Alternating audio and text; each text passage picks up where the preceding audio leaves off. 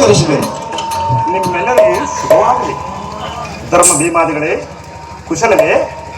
ಪ್ರಭು, ದಯಾಸಾಗರನಾದ ನಿನ್ನ ಕೃಪೆ ನಮ್ಮೆಲ್ಲರ ಮೇಲಿರುವಾಗ ಎಲ್ಲರೂ ಕುಶಲ ಪ್ರಭು. ಆಪತ್ ಬಾಂಧವ, ನಿನ್ನ ಅನುಗ್ರಹ ನಮ್ಮ ಮೇಲಿರುವಾಗ ಕುಶಲಕ್ಕೆ ಕಳಂಕವಲ್ಲೇ ಪ್ರಭು. ಬಲ ಭೀಮ, ಕೋಪವನ್ನು ಶಾಂತಿಯಿಂದಲೂ ಕೆಟ್ಟದ್ದನ್ನು ಒಳ್ಳೆಯದು ಗೆಲ್ಲಬೇಕು. ಅದೇ ಪ್ರಜಾಪಾಲನೆ ಇರಬೇಕಾದ ಶ್ರೇಷ್ಠ ಗುಣ. ಪ್ರಭು, ಸತ್ಯವೇ ತಾಯಿ, ಜ್ಞಾನವೇ ತಂದೆ, ಧರ್ಮವೇ ಬಂಧು, ದಯೆಯೇ ಗೆಳೆಯ ಎಂಬ ತತ್ವವನ್ನು ನಂಬಿರುವವನು ನಾನು. ಅದರಲ್ಲಿ ನಮ್ಮ ದರ್ಶನಕ್ಕೆ ಮುಂಚಿತಾಗಿ ಬರುತ್ತಿದ್ದ ಪಾರ್ಥನಲ್ಲಿ ಅದು ಪಾರ್ಥನು ಇತ್ತಲೇ ಬರುತ್ತಿರುವನು.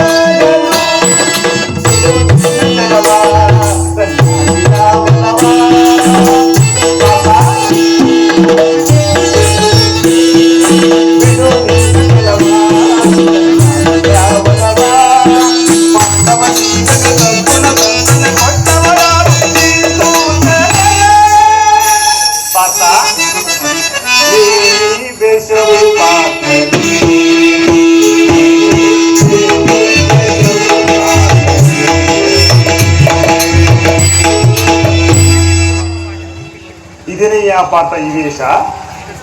ತೀರ್ಥಯಾತ್ರೆಗೆ ಹೋಗಲು ಪರಮಾತ್ಮ. ತೀರ್ಥಯಾತ್ರೆ? ಮುದುಕನಾದ ಮೇಲೆ ಮೇಳ ಮಾಡಬೇಕಾದ ತೀರ್ಥಯಾತ್ರೆಯನ್ನು ಈ ತುಂಬು ಹೋಗಲಿ ಏತಕ್ಕಯ್ಯ? ಅಪರಾಧದ ಪ್ರಾಯಶ್ಚಿತ್ತಕ್ಕಾಗಿ ಪರಮಾತ್ಮ. ಅಪರಾಧ ಇಲ್ಲಿಂದ? ಹೌದು, ದುರ್ಯೋಧನ ಕಡೆ ಕೆಲವು ಕಳ್ಳರು ವಿಪ್ರ ಗೋಗಳನ್ನು ಅಪಹರಿಸಿಕೊಂಡು ಹೋಗಿದ್ದರು. ಅವುಗಳನ್ನು ಬಿಡಿಸಿಕೊಂಡು ಬರಲು ಬಿಲ್ಲು ಮಾಡಬೇಕಾಗಿತ್ತು. ನಾನು ಅದನ್ನು ತರಲು ಶಸ್ತ್ರಾಗಾರ ಕಡೆ ಹೋದಾಗ ದ್ರೌಪದಿನೂ ನಾನು ಏಕಾಂತದಲ್ಲಿದ್ದು ಗಂಡಿಗೆ ಬಿತ್ತೇನೆ. ದೊಡ್ಡವರು ಏಕಾಂತದಲ್ಲಿದ್ದ ಸ್ಥಳಕ್ಕೆ ಚಿಕ್ಕವರು ಹೋದರೆ ತಪ್ಪೇನೂ ಇಲ್ಲ.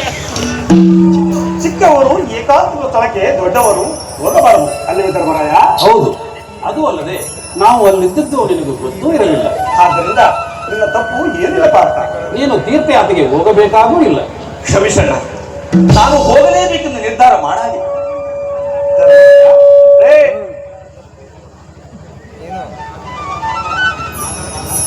ಧರ್ಮರಾಯ, ಅಪ್ಪಣೆ ಕೊಡು. ನಿನ್ನಿಚ್ಛೆ ಕೃಷ್ಣ. ಬಾ, ಹೋಗಿ ಬಾ. ಪರಮಾತ್ಮ, ಕಲ್ಯಾಣ ಮಸ್ತು, ಕಲ್ಯಾಣ ಮಸ್ತು, ಕಲ್ಯಾಣ ಮಸ್ತು. ಇದೇ ಕೃಷ್ಣ ಕಲ್ಯಾಣ ಮಸ್ತು ಅಂತ 3 ಸಲ ಆಶೀರ್ವಾದ ಮಾಡ್ತೀನಿ. ತೀರ್ಥಯಾತ್ರೆ ಕಲ್ಯಾಣಮಯಾಂಗಿರಲಿ ಅಂತ. ಗತಿಯೂ ನೀನೆ, ಮತಿಯೂ ನೀನೆ, ಸಕಲವೂ ನೀನೆ. ಅಣ್ಣ ಧರ್ಮನಂದನ, ಹೋಗಿ ಬರುತ್ತೇನೆ. ಅಣ್ಣ ಭೀಮಸೇನ, ಹೋಗಿ ಬಾ ಪಾರ್ಥ. ಎಚ್ಚರ ಎಚ್ಚರ. ಅನುಮತಿ ಕೊಟ್ರೆ ನಾನು ಅರ್ಜುನನ್ ಜೊತೆ ಇನ್ನ ಜೊತೆಯಲ್ಲಿ ಕರೆದುಕೊಂಡು ಹೋದ್ರೆ ಹೊರಚೋ ಬೆಕ್ಕನ್ನ ಬೆನ್ನಿ ಕಟ್ಕೊಂಡಾಗಿರುತ್ತೆ. ಏನು ಹೂವಿಂದ ನಾನು ಸ್ವರ್ಗಕ್ಕೆ ಸೇರ್ಕೊಂಡೆ, ನಾನು ಅರ್ಜುನನ್ ಜೊತೆ. ಬರ್ಲಿ ಬಿಡು ಕೃಷ್ಣ. ಹೋಗಿ ಬನ್ನಿ, ನಿಮ್ಮೆಲ್ಲರಿಗೂ ಶುಭವಾಗಲಿ. ಮಿತ್ರ,